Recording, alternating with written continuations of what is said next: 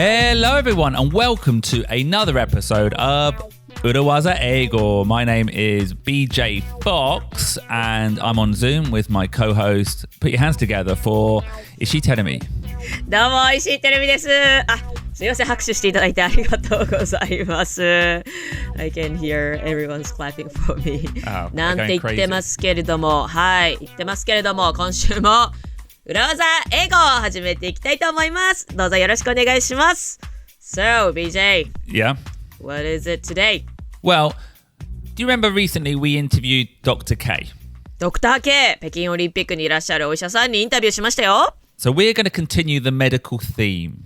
メディカルスイム、また医療用語、この間はね、ポストモータム、事後検証、検視っていう意味ですけれども、ちゃんと後でみんなでレビューしましょうね。そんなお話もやりましたよ。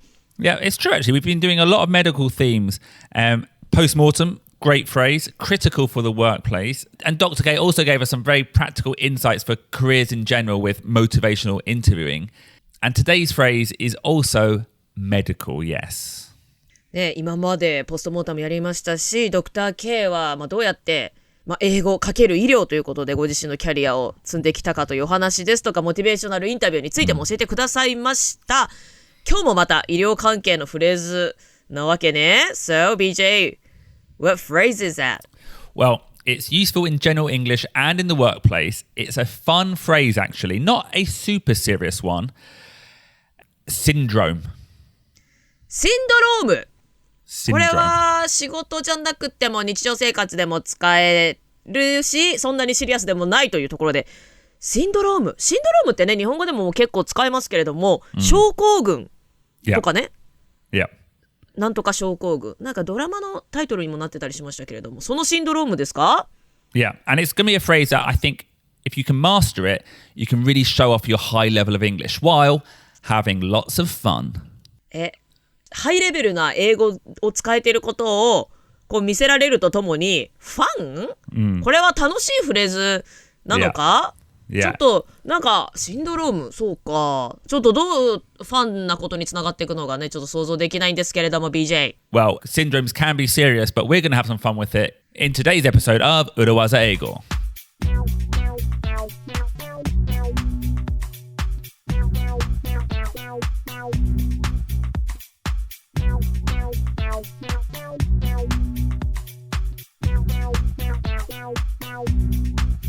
ちょっとね、シンドロームっていう言葉はシリアスなねイメージがあるけれども、 BJ, how is a syndrome fun? Well, actually, before that, let's have a quick check-in with my favourite doctor, Dr. K, to get a medical point of view on what syndrome means. A disease is a name for the illness. We can tell the cause of the illness. Like if you say myocardial infarction, that's the name of the disease. Yeah. So we can detect the reason of the illness. Okay. And the syndrome is more like the condition patient have. And usually several symptoms, like I have fever, I have stomach ache, I have shortness of breath. That could be syndrome. Okay, so to separate them, a disease has an identifiable cause. The doctors, the hospital can say, this is why this is happening. A syndrome isn't the cause, it's the symptoms. Exactly. 病気は、原因が割と明らかなものであって、シンドロームっていうのは症状ですかね？そうですね。シンドロームっていうのは基本的には具合が悪い状態で、その時に複数の症状が集まっているのを、伝統的にシンドロームって呼んできたんですね。で、最近はやっぱり医学が進歩したせいで、原因があんまりはっきりわからないっていうことが少ないので、あんまり症候群っていうのは言わなくなってきましたよね。ただ、伝統的には複数の症状が存在している状態で、かつ原因が一つこれだっていうのは分かってない状態、これがシンドロームっていう表現になります。So that is the official meaning of syndrome. And like Dr. K said, the main difference between syndrome and disease is a disease has a specific cause. A syndrome is a group of symptoms. はい、ということで、ドクター K からシンドロームの説明をいただきました。シンドロームとディジーズ、症候群と病気の違いというところで、ディジーズは病気は原因があるけれども、シンドロームっていうのは原因はあるかないかはさておき、同じ症状が現れている状態。原因がないこともあるということなのね。Or maybe like the cause isn't understood. だからシンドロームの場合は原因が明らかでないこともあるということですね。So maybe two of the syndromes that you may hear about the most from a medical point of view are Irritable Bowel Syndrome. Irritable Bowel Syndrome、知りません。何ですかこれは BJ? Basically, it's when you've got a funny stomach because of stress. Funny stomach って何？ It's not funny haha, it's funny strange. へえ、もちろんね、今日お話ししているこのシンドロームは面白いことではないですし、Irritable Bowel Syndrome もファニーではないんですが、お腹の調子が悪い時に Funny stomach Yeah. って言うんだ。I have a funny stomach って。Yeah. なんか調子が悪いと。And maybe it's not like terrible, but it's like, oh, I'm a little bit bad. And so often when you've got stress, irritable bowel syndrome is when becomes like a chronic problem.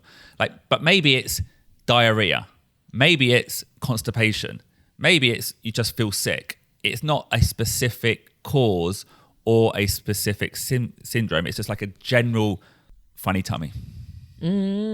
Irritable Bowel Syndrome っていうのは日本語の訳ですと過敏性腸症候群、ストレスが引き起こす下痢や便秘などの症状の一連の症状のことを言うんですね。だから特に原因があるというわけじゃないんだけれども、なんとなくお腹の調子が悪くて下痢だったり便秘になったりだとか、そういったことを症候群として表すんですね。And another one is chronic fatigue syndrome.Chronic fatigue syndrome はちょっとね単語が一つ一つ一応わかるので、クロニックは慢性的な、ファティーグは疲れですけれども、日本語の訳ですと慢性疲労症候群、あれですよね。もう社会で戦う現代人がみんな常に抱えている何かしらの不具合だとか、何か特定の原因がこれっていうのがあるわけじゃないけれども、そこはかとなく普段のストレスから受けている一連の症状ということでしょうか。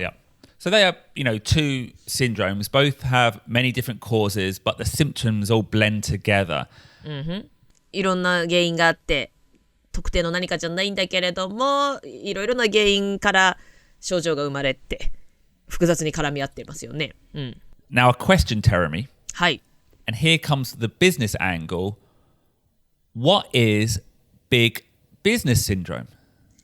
やっとビジネスの話に戻ってきてたけれども、なんか今、医療用語の勉強みたいになってましたけれども、はい、ビジネスに戻ってきます。Big Business Syndrome。なんだろう？ Is this an official, like a disease or something? Well, it's not a disease, it's a syndrome. So it's got a number of symptoms, a number of problems that exist, and all come together to be big business syndrome.病気ではなくシンドロームだと。ね、いろいろな種類の症候群があります。そして原因も様々ありまして複雑に絡み合っております。So, a number of symptoms, problems that big businesses have. Yes. ってことですね。Such as, 大企業病ってことだ、これは。病って言うとね、ディジーズになっちゃいますけれども、大企業症候群。Like, 日本の場合だと、decision making.Taking too much time? とか? Yes. Big business syndrome is a genuine business term that describes issues that large corporations face. Like you said, slow decision making is one, definitely. Having experienced this, I would say too many meetings. ね、ミーティングのためのミーティングとかありますもんね。Yeah. Lack of innovation is another one. なるほど。So, BJ が今 Big Business Syndrome is a genuine business term って言ったけれども、この Big Business Syndrome っていう言葉は普通に英語で会社とかビジネスの世界では使うの？ Yeah. Do you use this term? Well, if appropriate, yes, you would say, I think we're suffering from big business syndrome. Or I'm sure there are a million of articles that describe the causes and the symptoms of big business syndrome. Yes, this is an official term. これはよくいろいろなアーティクルとかにも出てくるようなタームなんですね。Big Business Syndrome。日本語だと大企業病っていう言葉大企業病。Okay. 病、Yeah. 病なので、disease を使って表すのかな。Yeah. 英語の場合は syndrome だけど、日本語の場合はもう病気の病を使っちゃってますけれどもね。他には、例えば、every decision needs to be approved or it needs ハンコ each time. Yeah. ハンコのためのハンコ。ハンコのためのハンコのためのハンコ。Bureaucracy. I would say we would say that with bureaucracy. You know, processes become so time consuming. ビューロクラシーですね。プロセスが、その過程のために時間がかかりすぎるというね、ことですね。上の許可を取って、さらに上の許可を取って、みたいなことが繰り返されちゃいますもんね。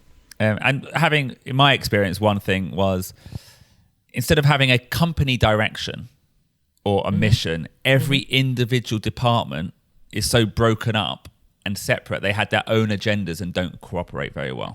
会社の決定を待つのではなくて、もうすべてのデパートメント、部署がもう縦割りで、全然横と連携が取れてないですとかね。Yeah. はいはい。これは日本でもよく聞く話ですね。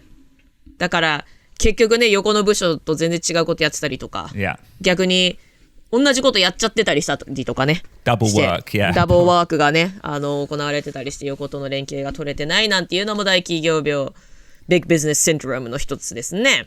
Yeah, so all these things, all these negative things, these symptoms of being a big business are grouped together and we say big business syndrome. And as companies grow, especially startups, and turn from startup into a big business, they will suffer from big business syndrome. はい、こういった大きな企業が直面する問題をもうすべてひっくるめて Big Business Syndrome と呼びますけれども、どんな会社でも、例えばスタートアップでもどんどん大きくなってくるにつれ、そういう、大きな組織になることによって出てくる問題、それにちょっと悩んだり苦しんだりするっていうことを suffer from big business syndrome と英語では言うのね。Another famous one is Founders Syndrome. Founders Syndrome. Founders Syndrome. 創業者のシンドロームだ。And this is when let's say a startup founder can't let go and micromanages too much. ファウンダーだから創業者が会社が大きくなるのはいいことなんだけれども、自分が始めた会社だからついつい細かいことも自分の手から手放すことができなくってマイクロマネージをしてしまうということね。なんかね、心情的には分からなくはないですけれども、組織が大きくなったら自分の手から離して人に任せるものはどんどん任せていかないと大きな企業にはなっていかないけれども、この Founders Syndrome っていうのは自分の会社だからファウンダーが創業者が全部やりたがってしまう、そんなシンドロームなのね。Yeah, and that syndrome stops the company growing because every little thing has to be checked by one person. そういうことをしているとね、会社が大きくなってしまう機会がどんどんね失われてしまいますよね。一人の人が全部下までチェックしていかないとっていうのは、やっぱり最近日本のネットですごく人気のひろゆきさんも、やっぱり優秀な人ほど、優秀な創業者ほど自分のできることは自分にしかできないって思ってるとダメで、自分のできることはいくらでも他人がやってくれる、できる人がいるって思ってどんどん手放していかないと会社は大きくならないなんて言ってましたけれども、なるほど、結構ね自分でやってしまいたいっていうそんな気持ち、自分がもし会社を作ったらね、なんとなくそういった気持ちはわかる気がいたしますけれども、 But BJ, Yeah. what is fun about this word? You said a while ago that these words could be fun, right? It is fun, and the fun part is this word syndrome can be used for any group of negative symptoms. はい。ネガティブなシンドロームでしたら、何でもこのシンドロームという言葉が使えると。それがちょっと面白いんじゃないかというのが BJ の今回のファンって言ってた理由なんですね。Okay, tell me. はい。So, big business syndrome, founders syndrome, they exist. They are fixed terms. Okay? Big Business Syndrome と Founders Syndrome はもう実在するというかすでにある言葉ですと。はい。Okay, but what do you imagine when I say the following sentence? Okay, imagine I've just moved to Japan from Singapore.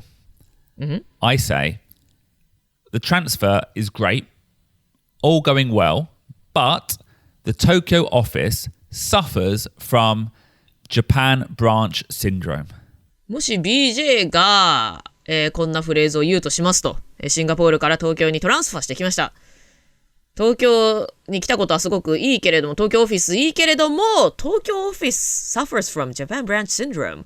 日本支社シンドローム、日本支社症候群に苦しんでいるよ。What does that mean? What does that mean? ジャパンブランチシンドロームって言ったらどういうことなんだろう？ What image do you have? 例えばヘッドクォーターの意向を伺いすぎちゃって、なんか動きが遅いとか、あと例えば What do they say? In Japan, things are different. Yes. とか、the phrase you hate ね。Yeah. そんなことかな？ Yeah. So we're just talking about a group of negative things that maybe exist. And I've made up that phrase, Japan branch syndrome. Okay, next one. My colleague in the head office, yeah? Tom suffers from gatekeeper syndrome. はい。次はですね、ヘッドオフィスの同僚トムがゲートキーパーシンドロームに苦しんでいるということは、例えば、What symptoms would these be? Gatekeepers always say no to ideas. Yeah. He's got too much power. He says no. 例えばゲートキーパーがもう常にノーしか言わないとかね。とか、例えば they always ask lots of meaningless questions just to say no. Yeah. とか、そんなところでしょうか？ Yeah. Or maybe they think they're really powerful, even though they're just a gatekeeper. ゲートキーパー。まあ、あくまで役割に過ぎないのに、なんか自分に権力でもあるかのようにすごく偉そうに振る舞われてしまったりだとか、そんなこともあるかもしれないですね。Okay, what about this one, Tell me? Okay, I've got a new colleague. She's young. She's just joined the team, but she can't really focus. She's always looking out the window. I think she's suffering from new love syndrome.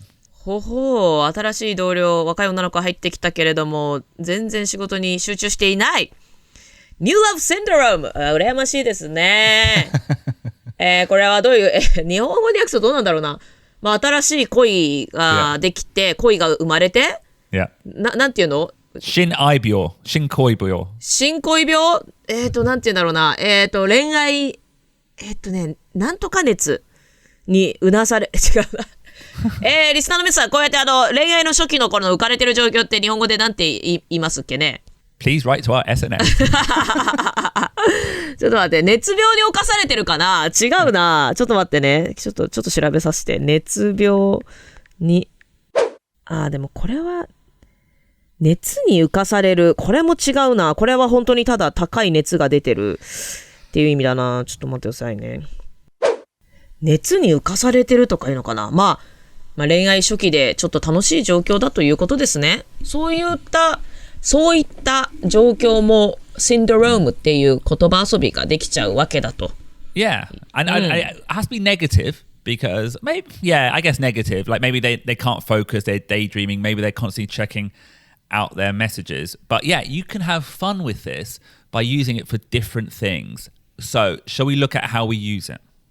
はい、ということで、ネガティブなことだけじゃなくて、こういう恋愛でちょっと浮かれてるよ。そんな別に、仕事集中できないのはあまりいいことじゃないかもしれないですけれども、必ずしも悪いことだけに使うわけじゃないよということで、他にもどんな使い方があるのかを見ていきましょう。First off, again, big company syndrome and founders syndrome, they're set terms, and we say it in a full sentence by using suffer from, suffering from.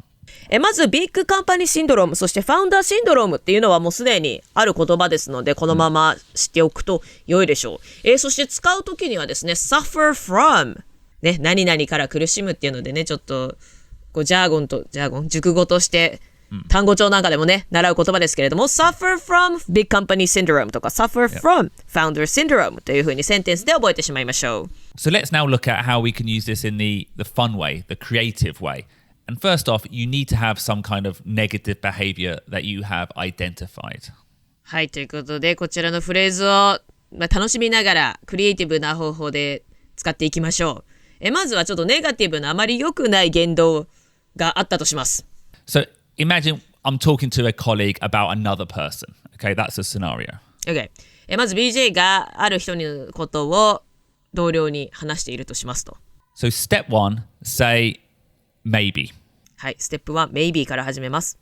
And this maybe is important because it adds to the idea that this is not an official syndrome. This is not an official disease. These aren't medical conditions. はい、オフィシャルなその真剣な何かの症候群だとかなんかメディカルなことではないよという意味も込めてちゃんと maybe って頭につけておきましょう。We are criticizing. There's a sense of criticism here, but there's also a sense of humor too. ちょっと criticism 批判も入っているけれども、まあちょっとしたユーモア、まあちょっと冗談だよという意味も込めてちゃんと maybe ということで、軽いタッチにしておきましょう。Step 2, they are suffering from. はい、ステップ2で They are suffering from ちょっとあの人たちこれに苦しんでるねこれ状態だね。そのフレーズがここで出てきます。 And then on to step 3, make up a noun phrase that describes the situation. ステップ3、ここで noun phrase なので noun 名詞のフレーズをはいここで入れます。そのシチュエーションをちゃんと描写するような名詞をここThey are suffering from の後に入れましょう。So it could be founder, it could be big company, it could be podcaster, it could be new parent, it could be anything really. はい、そしてその後、名詞 noun phrase を置きましょうと言いましたけども、例えば founder であったり big company であったりポッドキャスター、ニューパレント、新しく親になった、何でも OK です。だからポッドキャスターあるあるみたいな、そういう症状なんですよね。Step 4, just add syndrome. はい、そして最後に syndrome で締めましょう。Now, when you try this, be careful, experiment. It probably isn't best to use directly to the person you're criticizing. はい、この言葉を使うときはですね、ちょっと注意深く実験するというか、その人本人に言うのはちょっとリスキーかなというのはありますね。ということはこれは陰口ということですか BJ? Yeah, well, I might say it directly because I'm confident that I can make it into a joke. And actually, one way you could do it to be even safer is, do you remember episode 123, Maya Vardaman introduced someone's having a bad day? Do you remember that? Sure. Someone's having a bad day. はい、ということでね、BJ はもしかしたら本人に直接言うかもしれない。ちょっとした冗談にできるからというところですけども。So I might say, someone's suffering from new parent syndrome. なるほど。someone is suffering from new parent syndrome. Like I'm imagining maybe that person is looking at their phone and just smiling at baby pictures all the time. そういうことね。例えば生まれたばかりの赤ちゃんの写真を見てずっとニコニコしてたら、あらニューパレントシンドロームの方がいらっしゃいますねみたいな感じで、使えるということですね。そういう時でも suffering from もうそういう症状に侵されているということで suffer from を使っちゃって大丈夫ということですね。So I guess in that way it can be positive as well in a kind of jokey sense. なので、シンドロームネガティブな印象がありましたけれども、こういうポジティブな文脈でも、ちょっとジョークを交えながら、楽しいフレーズにすることもできると。ようやく BJ がファンフレーズと言っていた意味が分かってきました。So now you've seen the fun angle, shall we take it to another level, Terumi? ちょっと次のレベルにじゃあ行ってみましょう。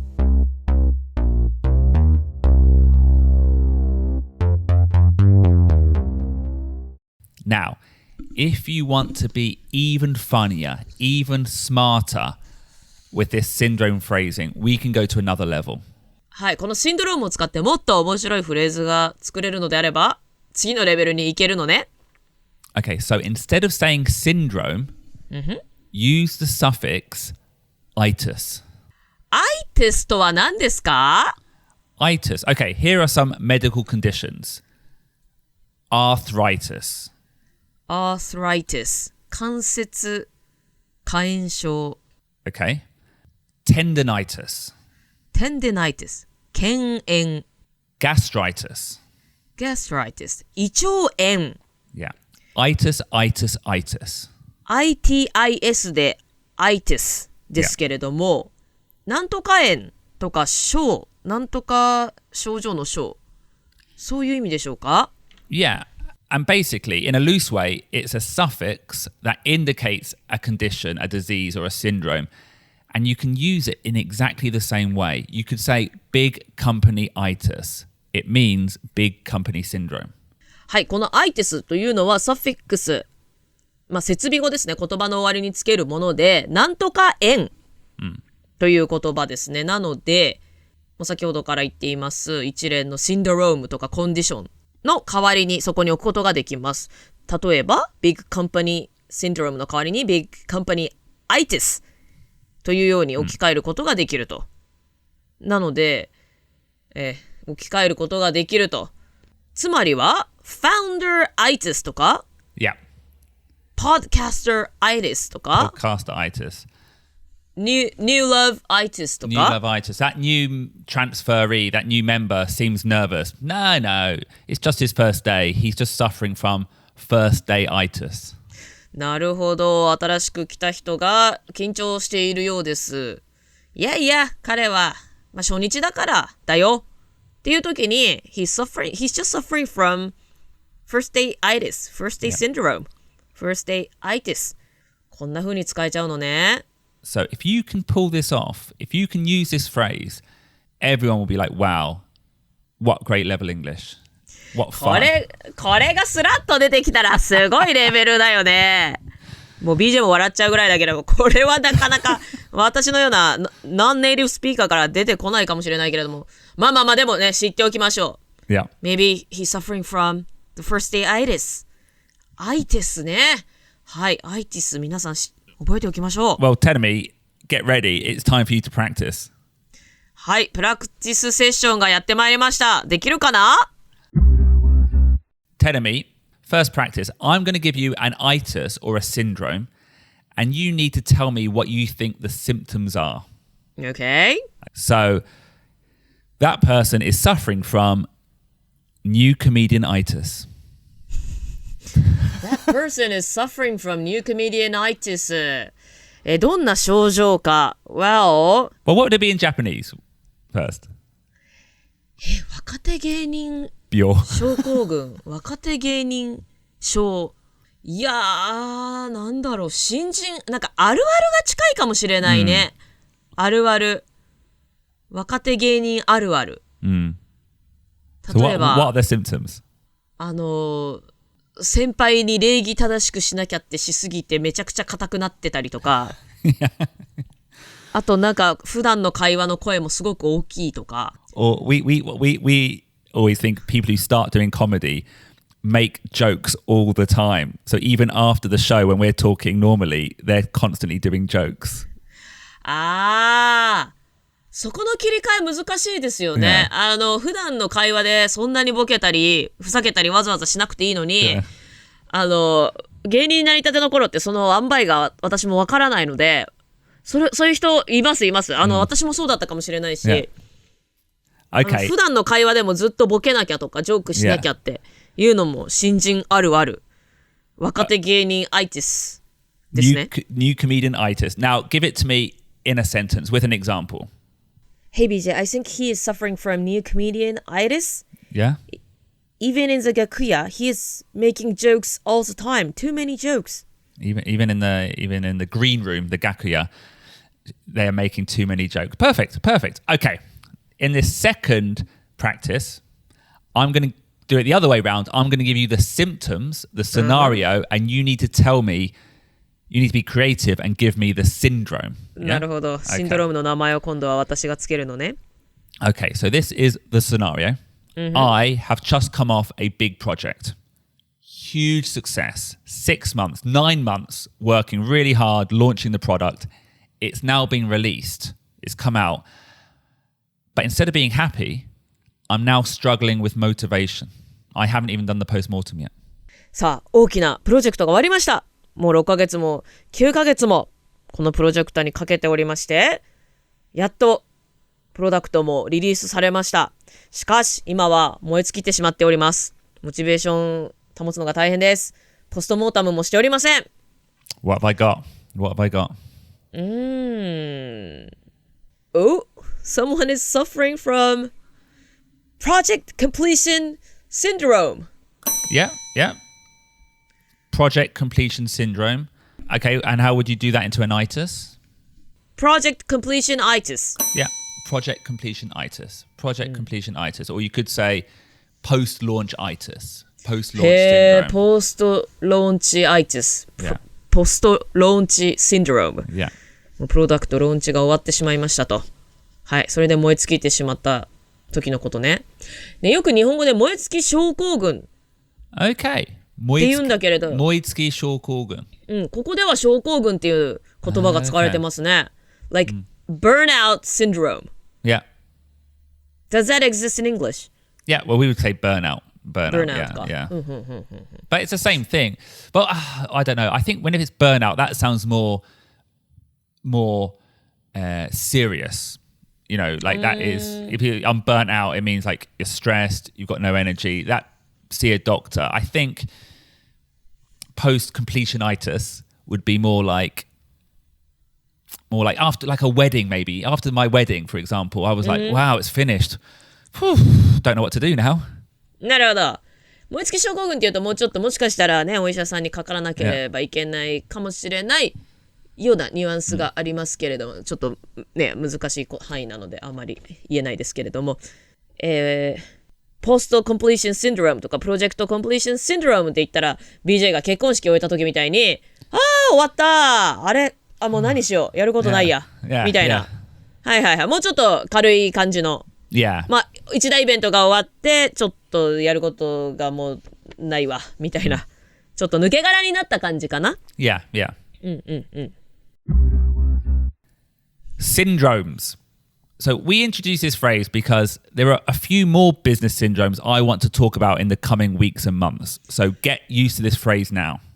はい、今日はシンドロームについてやりました。なんとビジネス関連のシンドロームまだまだあるということで今後ご紹介していきたいと思いますが、とりあえず今日は suffer from ホニャララシンドローム、そして Itis。私もこの言葉は今日初めて知りましたけれども、その言葉をちょっと今週は覚えておきましょうね。By the way, I suffer from comedy MC itis.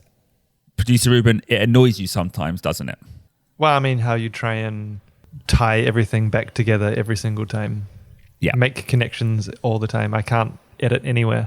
BJ はコメディ MC アイティスがあると。はい。で、どういうことかと言いますと、BJ はコメディショーで MC やってますよね。そうすると、この何分前かのボケとかをね、拾ってきて、まあちょっと伏線回収じゃないですけれども、なんかそうやって笑いを取ろうというね、そういった癖がございますが、それをポッドキャストでやるとルーベンが編集が大変だと言っております。And Ruben, by the way, suffers from producer-itis. Every little conversation we have, he always wants a post-mortem. He always wants to edit what I say. You know, whenever I make a joke, he doesn't laugh anymore. He just wants to add sound effects.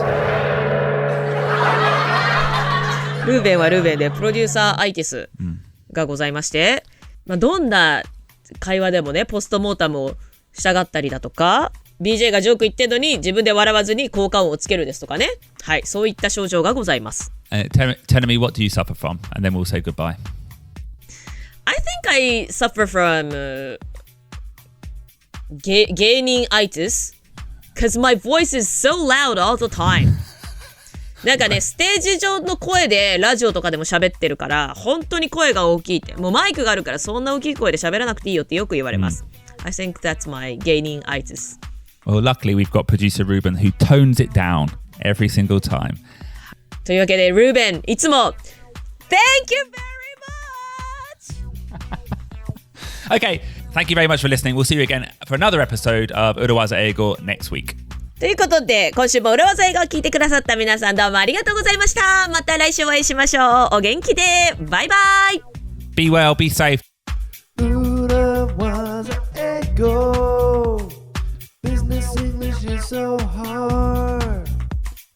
裏技英語 I need an 裏技. We're not trying to convince you, but you really should practice English as much as possible. One way is to use Cambly, the English on-demand app. Sign up now for a free lesson using our special code URAWAZA in kanji.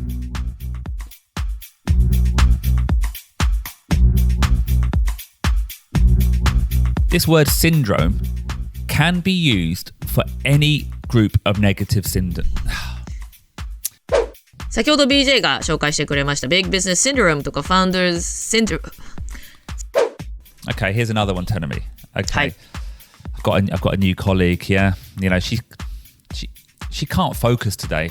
Her head, she's always looking out the window. I think she's suffering from new love syndrome. Windrome って言った今。I'll say it again. Okay, what about...